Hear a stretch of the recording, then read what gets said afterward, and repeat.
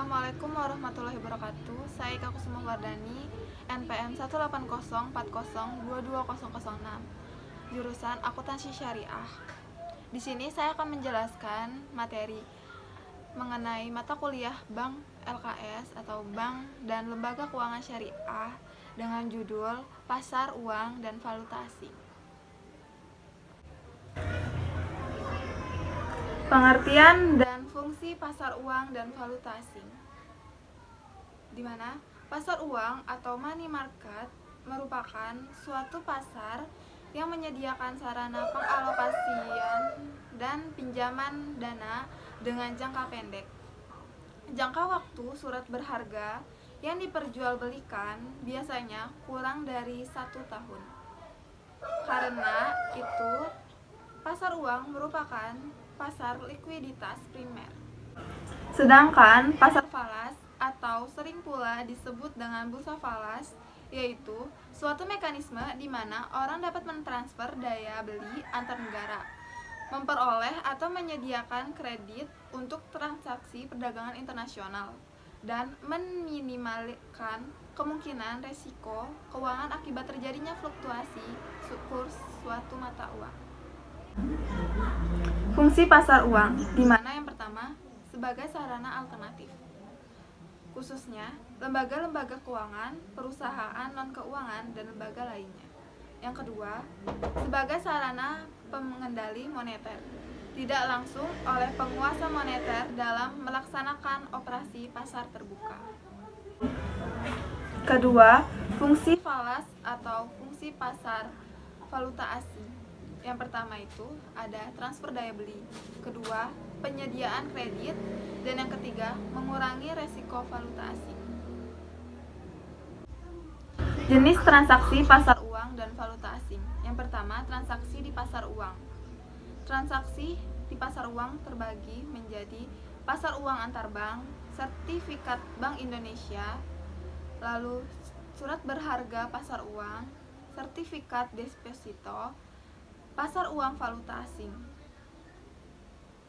Dan yang kedua, transaksi di pasar valuta asing dibagi menjadi 3 jenis. Yang pertama, transaksi tunai, yang kedua, transaksi tunggak, dan yang ketiga, transaksi barter. Instrumen dan indikator pasar uang. Instrumen pasar uang dibagi menjadi 3, yaitu call money, yaitu transaksi pinjam-meminjam antar bank. Kedua, surat utang jangka pendek yang diterbitkan pemerintah suatu negara seperti sertifikat Indonesia, fasilitas simpanan Bank Indonesia. Lalu yang ketiga, ada surat utang yang diterbitkan oleh pihak swasta seperti negotiable certificate of deposit.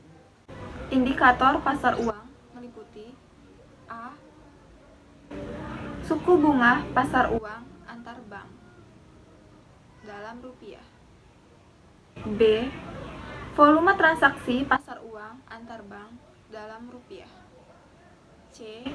Suku bunga pasar uang antar bank dalam US dollar. D.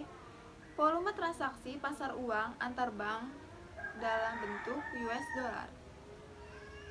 E. JIBOR atau Jakarta Interbank Offer. F. Suku bunga deposito rupiah dalam per tahun. G. Suku bunga deposito US dollar dalam bentuk persen per tahun. H. Nilai tukar rupiah dalam bentuk kurs. I. Suku bunga kredit. J. Inflasi. K. Indeks harga konsumen. I. Sertifikat Bank Indonesia. Lalu, menurut survei BIS atau Bank International of Settlement, Bank Surut Sentral Dunia, yang dilakukan pada akhir tahun 2004, nilai transaksi pasar valuta asing mencapai lebih dari US dollar 1,4 triliun per harinya. Mengingat tingkat likuiditas dan percepatan pergerakan harga yang tinggi tersebut, valuta asing juga telah menjadi alternatif yang paling terpopuler karena ROI atau Return of Investment atau tingkat pengembalian investasi serta laba yang akan didapat bisa melebihi rata-rata perdagangan pada umumnya. Akibat pergerakan yang cepat tersebut, maka pasar valuta asing juga memiliki resiko yang sangat tinggi. Sekian penjelasan dari saya, kurang lebihnya saya mohon maaf. Wassalamualaikum warahmatullahi wabarakatuh.